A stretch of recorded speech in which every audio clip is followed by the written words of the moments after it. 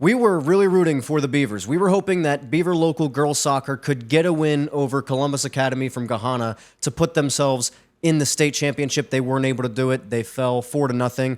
Congratulations still to Beaver local on an incredible season. We've got other state tournament news in other sports on both sides of the river. New York City has a new mayor on this post-election day episode of Hometown Huddle. What does that mean? Effectively nothing for you and I. It is a country roads kind of show. We've got a lot of West Virginia stuff to talk about this evening. Welcome to Hometown Huddle. I'm your host, Drake Watson. We're ready for an incredible show, and we'll break it all down after this. All the way to the house, and it's going to be a St. Clairsville touchdown. First play of the game. Hello, touchdown Huskies. Wide open, touchdown Ohio Valley. You ever heard the song Meet You in Morgantown by Zach Blair? Kind of an under-the-radar artist, but he's got some good stuff. I recommend you check him out, and it just feels like John Denver's walking around the studio today because of the amount of West Virginia stuff that we're going to break down. But we'll start on this side of the river. We'll start in Ohio with the volleyball state semifinals. Meadowbrook is in this thing out in Byesville. They'll take on Archbishop McNicholas tomorrow at 2 p.m. for an opportunity to put themselves in the Division IV state championship. That championship is going to be Saturday at Wright State at noon o'clock, high noon, between Meadowbrook and the winner of the other semifinal. We've got other volleyball teams that could have an opportunity to put themselves in the state championship and potentially bring a state title back to the Ohio Valley, if not, around the area. Tomorrow at 4 o'clock, we've got Newark Catholic playing in the Division VI semifinals. Tomorrow at 8, Tuscarawas Central Catholic is in the Division VII semifinals. On Friday at 1:30, we've got Bloom Carroll playing for this thing. And on Saturday at 4 o'clock, New Lexington is in the Division V state semifinals for volleyball. It's an opportunity. One of these teams has to go all the way, right? If not Meadowbrook, maybe Newark Catholic. And if not them, maybe Tuscarawas Central Catholic, maybe Bloom Carroll. It's an opportunity for one of these teams to win 2 more and bring a state championship in the sport of volleyball back to this side of Columbus, kind of along that I-70 corridor there. And that's all we want. We want the Ohio Valley teams to do well, so we're rooting for teams like Meadowbrook and Newark Catholic, Tuscarawas Central Catholic. New Lexington is in this thing, as well as Bloom Carroll. So hopefully one of those teams can get the whole thing done and raise the trophy at the end of it all. Those championships will happen before you and I speak again, so we'll update that on next week's episode of Hometown Huddle, but hopefully one of these teams can get it done, and we could talk about some state champions. Speaking of state champions, do we think Wheeling Central Boys Soccer can win a state championship? Just hours ago, they punched their ticket to the state championship. They'll take on St. Joseph Central on Friday at 10:30 in the morning after today's 3-0 win in the semifinals. So we're looking for big things out of Wheeling Central. We'll talk football here in a moment on the West Virginia side. And what an athletic program Wheeling Central has. So the boys soccer team in the state championship. We'll talk about the girls soccer team next week, and we'll talk about their football team in just a moment. Let's move along to football now in the state of West Virginia. One more week Friday is the last week marks the end of the last week of the regular season in West Virginia high school football. And so we've got some of our rankings right now. Again, the top 16 in each of these classifications, single A all the way up through 4A. 16 teams make it. The top 8 play host to the bottom 8. And so we've got a big group of teams that we've spoken about this year on this show. In the 4A class, Morgantown is sitting at number 1. They host Musselman on Friday. George Washington is in this thing. That's no surprise given the way that they were able to handle a Barnesville team that we'll talk about later on tonight's show. They've done a nice job all season, a really good football team down there out of Charleston. University is in this thing at number 6. They just lost to Morgantown, but they're still looking to get themselves a home game in a couple of weeks. Wheeling Park is at number 7. They're trying to hold on to a home game. They'll go to John Marshall on Friday. That'll be a big game that we'll be keeping an eye on. And Parkersburg South at 15. They're looking to stay within that top 16 as well. Herbert Hoover, we don't talk about a lot, but Herbert Hoover's got an incredible team year in and year out, and they're also a good follow if you just wanna look at some nice visual pieces of art. Go give the Herbert Hoover football team a follow on Twitter and things like that, because their creative media team is probably second to none, at least in the state of West Virginia. They do an incredible job. We expected them to be in this. They're a good program year in and year out, and they're at number 6 in the AAA class in West Virginia right now. There's nothing that's going to damage their chances of a home game because they play a winless Weirton team on Friday. They come to Weirton. So if you want to see good football on Friday night, maybe check out the Huskies of Herbert Hoover. John Marshall trying to stay alive. How big would a win against Wheeling Park be with John Marshall sitting at 16th right now in AAA? We're hoping both of those teams, frankly, can stay in. We'll see how all the numbers, how everything falls into place after this weekend. If we move down to the AA class in West Virginia, Independence is at number 3. Oak Glen is at 15th. An Oak Glen team that has had one of the most remarkable turnarounds that we can remember. From 1-9 last year, TJ Miller takes over first year as head coach, and they've improved all the way to 7-3. They're coming off a loss to Clay Battelle, but they're likely going to be in this thing. Their season is over, so they've just got to sit back and watch and hope that they can stay within that top 16. They're going to be going on the road if they're in, but an opportunity. I mean, just think about how meaningful that is for the folks up there in that community, that Coach Miller and his staff have really been able to get those guys to buy in. I remember talking about an Oak Glen game when they played Weirton earlier in the season, and they play some pretty good football. So much credit much credit goes to Oak Glen for the success that they've had this season, and they'll be the first ones to tell you it's not done yet. They're 7-3. Next step, 8-3, and that's what they're going to try to do should they get an opportunity in the postseason. Let's take a look now. We talked about Wheeling Central, and I called them the Crusaders on last week's show. I don't know that I've definitely said much worse, but on this show, I don't know that I've said worse, and I don't know if that's something that is forgivable. But I'm going to ask for forgiveness anyway. We know about the Maroon Knights. We know about Coach Young. We know about Max Oliage and all of the guys that they have at Wheeling Central. They are finished this season. They're at 6-2, but they're sitting at number 1 in Class A. So they're looking to bring, Coach Young has won just an extraordinary amount of state championships at Wheeling Central. So they're looking to just add one more to the trophy case out there. Clay Battelle, also, they got the win over Oak Glen last week. They're at number 3 in this thing. They'll go to Magnolia on Friday. And Cameron is the final team kind of in the area that is likely in the playoffs in West Virginia, sitting at number 6 in the single A class, and they'll play host to Pendleton County on Friday. So lots of exciting things. Obviously, we're going to be looking at that Wheeling Park and John Marshall game. On paper, you would expect Wheeling Park to win, but that game seems to always be closer than expected, and the Monarchs always seem to bring out their best game for that last week of the season when they play Wheeling Park. And Oak Glen, we're very intrigued to see if they can stay in this thing. And you just cannot deny the amount of success that Wheeling Central has had this season. So an exciting time on the eastern side of the Ohio River in the state of West Virginia, and we are excited for that as well. Let's take a little bit of a break, and we'll talk about what we saw on the Ohio side. Remember, the playoffs got started in the OHSAA for football last week. I was at one of the games. I'll tell you about it after the break. We'll take a break, and we'll come back after this, and we'll tell you about the weekend we had in Ohio. Hey, quick timeout, little stoppage in the action. I wanted to ask you, are you following the page? Are you liking the videos? Subscribed on YouTube? 5 stars on the podcast format? If not, that's all we ask of you, and we will continue to strive to give you great quality content week in and week out. All we need you to do in return is tap a button on your cell phone or on your laptop or wherever you may be. That helps us out immensely. That helps us deliver great content to you, and there's no strings attached, no expense to you. You hit the button, you go on with your day. That's all we ask of you. We hope you enjoy the content. And with that, back to the show.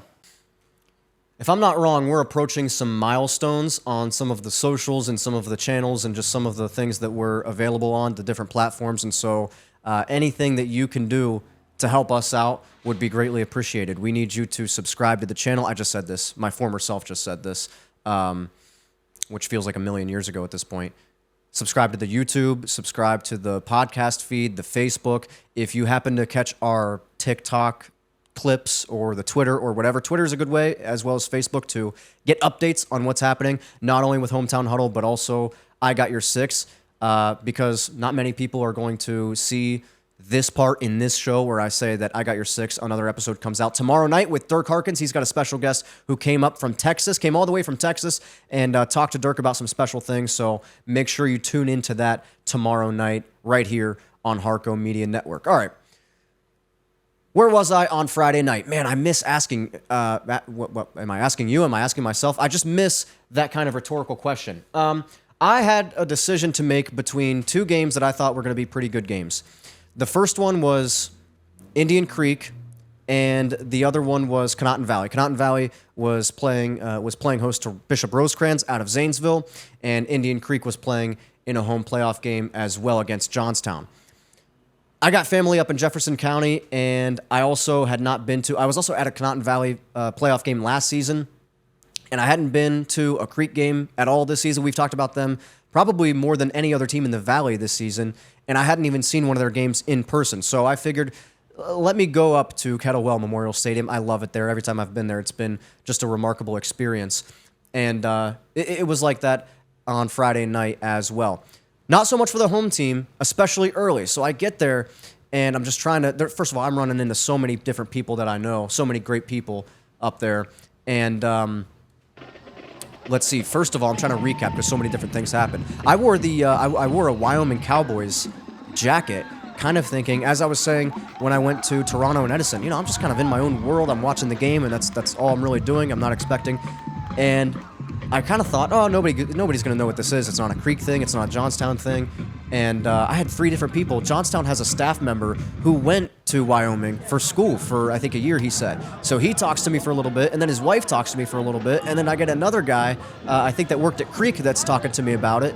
And I kind of told him, I was like, well, I halfway wore this so that nobody would talk to me. Not that I didn't want anybody to, but just didn't expect it. So that on top of the interactions with everybody that I already knew up there, it was quite the social evening. And it was just a packed out crowd. The venue was incredible, and it held a lot of people. Actually got some Indian Creek merch, which I left in Jefferson County. I actually left a Indian Creek shirt in Steubenville, so I'm gonna have to hit 22 and grab that here shortly. But anyway, the game starts. Johnstown opens up with what I thought initially was a surprise onside kick. Some who had probably a better view of it than I did say that it was he didn't really hit the ball right, and they just happened to recover it. Nonetheless, Johnstown steals a possession on the opening kickoff. They get the ball, they drive it right down the field, and they scored 7-0. Okay. I figure this is a good time. We've got the extra point, we've got kickoff. Good time to hit the restroom real quick. I should have done it before the game, but I got caught up talking to a bunch of different people, and so I hit the restroom. Also needed to warm up the hands a little bit. I don't know where my gloves went, but I come back out, and it's 9-0. And I was talking to some other Indian Creek folks later on, and they said that it was an issue on the kickoff. And so Creek hadn't even touched the ball. It was also on the ensuing kickoff that they got the safety. So it's 9-0 now. Johnstown gets the ball back. Boom, they punch it straight in. It's 16-0. And I wish I brought the cell phone to read the text thread that I'm sending with everybody that I'm talking to, and because it's a perfect recap of the game, just me reacting in real time. So then before you know it, it's 23-0. And I'm like, man, I made a mistake, especially with what I'm going to tell you about Rosecrans and Conotton Valley in a little bit. I was thinking, man, did I make a mistake? Indian Creek is down 23-0. And then they seem to wake up. It was almost as though they didn't think the game started until 7:30 or 8 o'clock, because once they got going, they got going. It was 23-21 at halftime. On the way to making it a 2-point game, Indian Creek had a blocked punt right in front of me. Starkey and Mazar and the guys are starting to get going offensively. Nyshawn White started to single-handedly take over the game defensively in that second quarter, as well as the third quarter. There was one time where I thought one guy was going to break free and have a big run. Nyshawn White just reaches out. He's a big guy with his I think it was left hand or whatever, one arm, and just pulls a guy down. And all the momentum is on Indian Creek's side. It's 29-23 in the third quarter. They take the lead. They get that 2-point conversion. So it's now a 6-point game. So we've gone all the way from It's 23-0 Indian Creek. We've had a safety. We've had an onside kick. We've had everything you can imagine in this game. We've had a blocked punt. And now we've got a 2-point conversion. Creek comes all the way back. They score 29 unanswered. They lead 29-23. And then Johnstown starts to get going again. And all of a sudden, we find ourselves tied up at 37.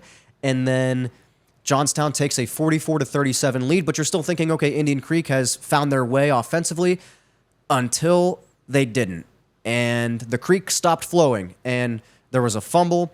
And you kind of felt the way the game was going, it was kind of that back and forth.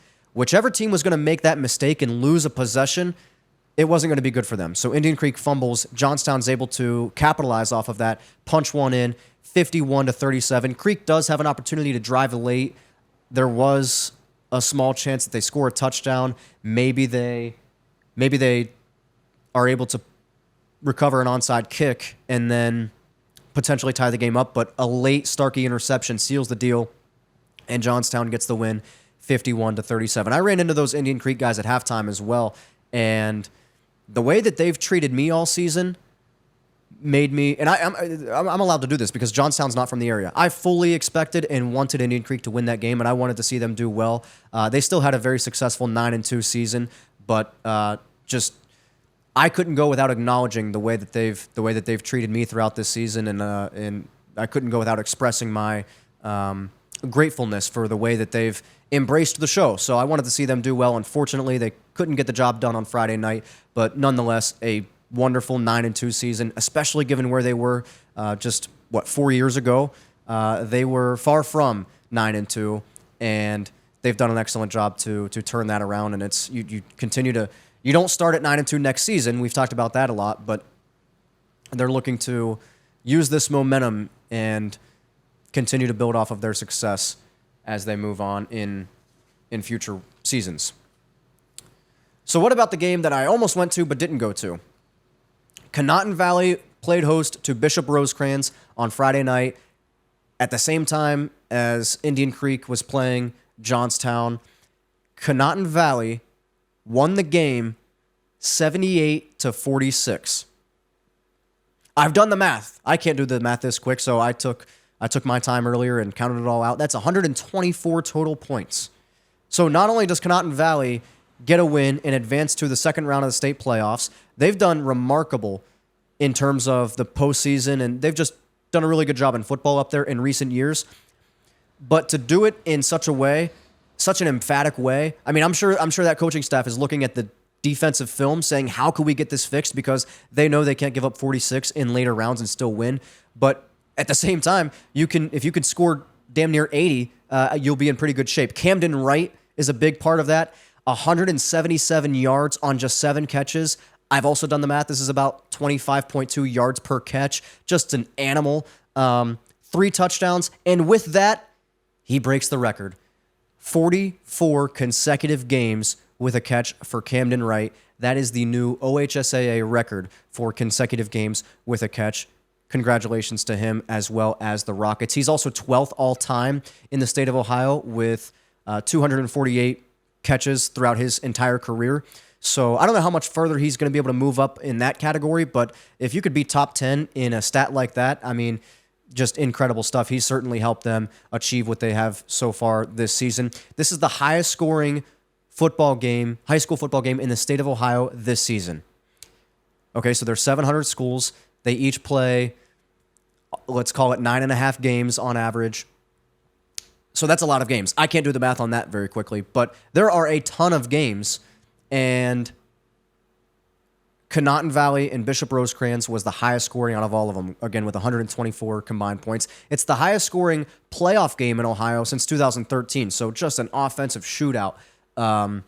Really, again, once it was all said and done and I got home on Friday night, which probably was actually Saturday morning at that point, there was no wrong decision. Could have gone to Creek, could have gone to Conotton Valley, and both of them would have ended up being the right decision because both of them were phenomenal games. All right, before we get out of here, let's give a little update as to what the rest of the Ohio playoff picture looks like regarding some Valley teams. So Big Red was off last week with a bye at the 3 seed. They'll play host to the 6 seed Buckeye Valley in Region 11 on Friday night. Steubenville is supposed to win that game. We'll see what happens. We're going to be keeping an eye on all of this stuff as we go throughout. Indian Valley also had a bye. I saw them in the regular season finale against Claymont. They're looking really good. Kinsey's looking really good. And they're going to hope to do the same on Friday when they host the 7-seed Circleville. This game should be close. This game should be perhaps one of the better games with Valley teams in the second round on Friday night. St. Clairsville, the 5-seed, at Garfield, the 4-seed. A little bit of commentary that I've thought about whenever I first saw this matchup is Garfield came to Harrison Central 2 years ago for the second round of the playoffs. And I did play-by-play for that game. And watching the way that they ran the ball, I mean, you would think, you put that thing in black and white, and you would think it's Notre Dame in the 30s, the way they ran the football and the kind of formations that they used. Harrison actually tried to use that kind of philosophy for the first couple of games of the following season in 24. It didn't work out so well for them, but if you've seen Garfield play, you know the way that they run the football.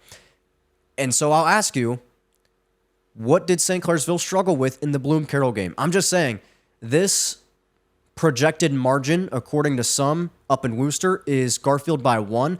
I'm telling you right now, if St. Clairsville can't stop the run, it's going to be a lot more than that, and it's going to be a long night for St. Clairsville. Now, if they can stop the run at a consistent level, and McLean and them guys can find a rhythm through their passing attack offensively, then St. Clairsville's in good shape. But I don't know how much confidence I have in their ability to slow down and push back Garfield's big offensive line. So we'll see what happens in that one. Either way, it's one of the most intriguing matchups to me throughout the entire weekend. We've also got what should be a good game. Number 11, Union Local, got a win last week on the road out near Columbus, and they'll travel to the 3-seed Nelsonville York, who's off a bye. Also in Region 19, Portsmouth is the 5-seed, and they've got to travel to Barnesville, who is the 4-seed. Barnesville, we've mentioned at this point a couple times now, kind of backed their way into the playoffs, or at least into the, into the first round bye because of what happened to Ironton and everything else. So Barnesville does have that week of rest.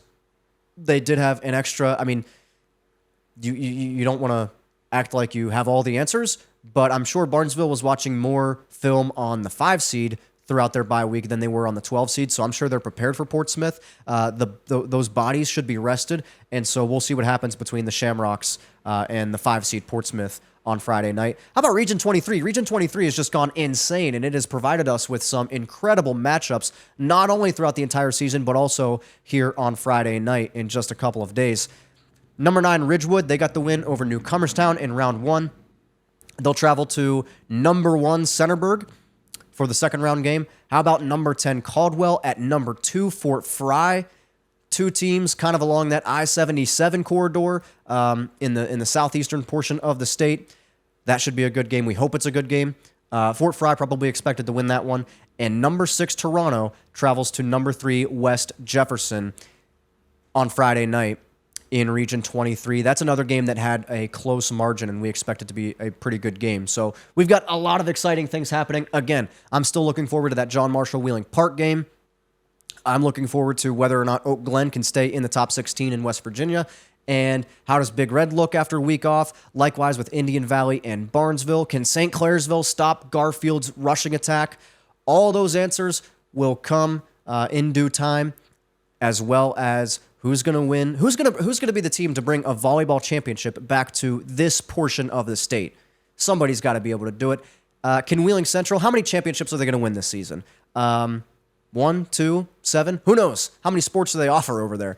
But just an exciting weekend all around in the world of Ohio Valley high school sports, and we'll have plenty to talk about next week when you and I speak next on Wednesday night. What would that be? November 12th? Man, it is just this year is just going by at an incredible rate. It's the time of year now where you walk outside and that cold weather starts to kind of get you a little bit. And there's nothing I love more. The leaves are starting to fall. Hey, I got to put this on the screen. Can we put this on the screen? Who am I asking? I'm going to be the one that does it. Do you see this? If you're not watching and you're just listening on podcast, that is a snow icon on the weather app that I was checking earlier today. This just popped in my mind. Checking the weather app earlier today because it was warmer than it should have been today. Throughout the day, it was in the low 60s, I believe. We're going to have a couple more days like that, and then we've got at least a non-zero chance of snow in the coming days. I love it. I don't think many others love it, but we couldn't be more excited about the things that are coming to the Ohio Valley. Likewise with Ohio Valley High School sports, and it's my time now to stop rambling and get myself out of here, get you out of here. So once again, thanks for watching. We'll talk to you next week.